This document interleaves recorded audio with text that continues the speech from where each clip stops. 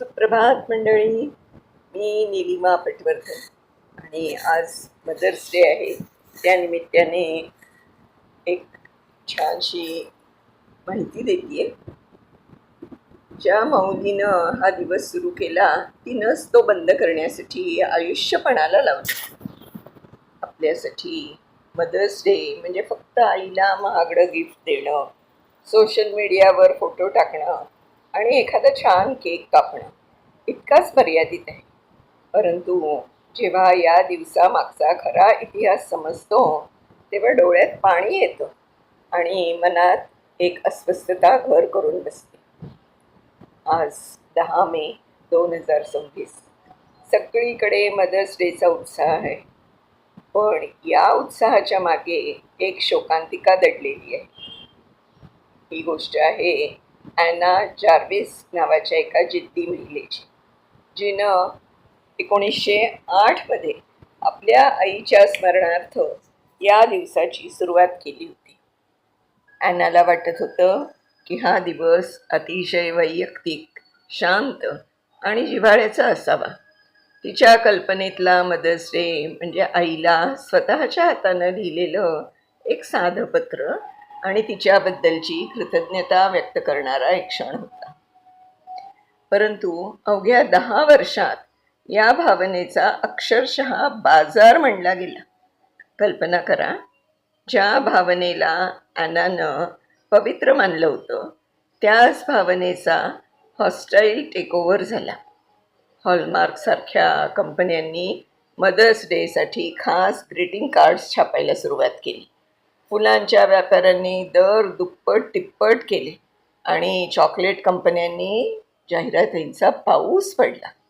Anna जार्विसला हे सगळं बघून प्रचंड संताप आला.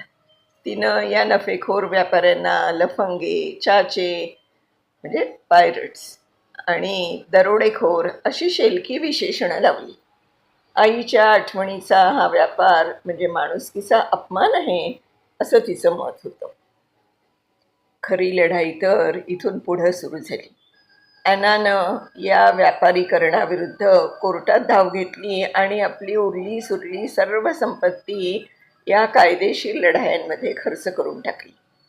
ती इतकी हतबल झाली होती की तिनं हा दिवस अधिकृतपणे रद्द करण्यासाठी चक्क याचिका दाखल केली होती. ज्या दिवसासाठी तिनं आपलं सर्वस्व पणाला लावलं त्याच दिवसानं तिला कंगाल केलं. 1948 ॲना जार्विसचा मृत्यू एका सॅनिटोरियममध्ये झाला. पण इथे एक भयानक ट्विस्ट आहे. ॲनानं ज्या फ्लोरिस्ट आणि ग्रीटिंग कार्ड कंपन्यांविरुद्ध आयुष्यभर संघर्ष केला त्याच कंपन्यांनी तिचं हॉस्पिटलचं बिल गुपचूप भरलं होतं. आज 2026 आपण पाहतोय की मदर्स डेच्या नावाखाली अब्जावधी डॉलर्सची उलाढाल होती. तरीही यंदा एक बदल जाणवतोय. अनेक तरुण आता महागड्या गिफ्ट्सपेक्षा क्वालिटी टाईम आणि साध्या घरगुती जेवणाला पसंती देत आहेत. कदाचित ॲना जार्विसला हेच हवं होतं. एका साध्या भावनेचं कॉर्पोरेट साम्राज्यात झालेलं रूपांतर आपल्याला बरंच काही शिकवून जातं.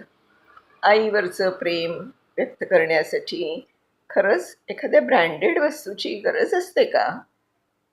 ॲना जार्विसची कहाणी ऐकल्यानंतर तुम्ही यंदाचा मदर्स डे कसा साजरा करायचं ठरवलं आहे?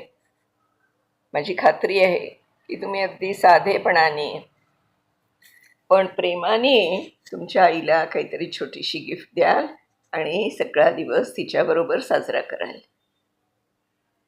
आवडला का हा इतिहास मदर्स डेचा? मला नक्की कळवा. धन्यवाद. उद्या पुन्हा एखाद्या छानशा गोष्टीसह भेटणार आहोत. तोपर्यंत मी नीलिमा पटवर्धन आपली रजा घेते. धन्यवाद.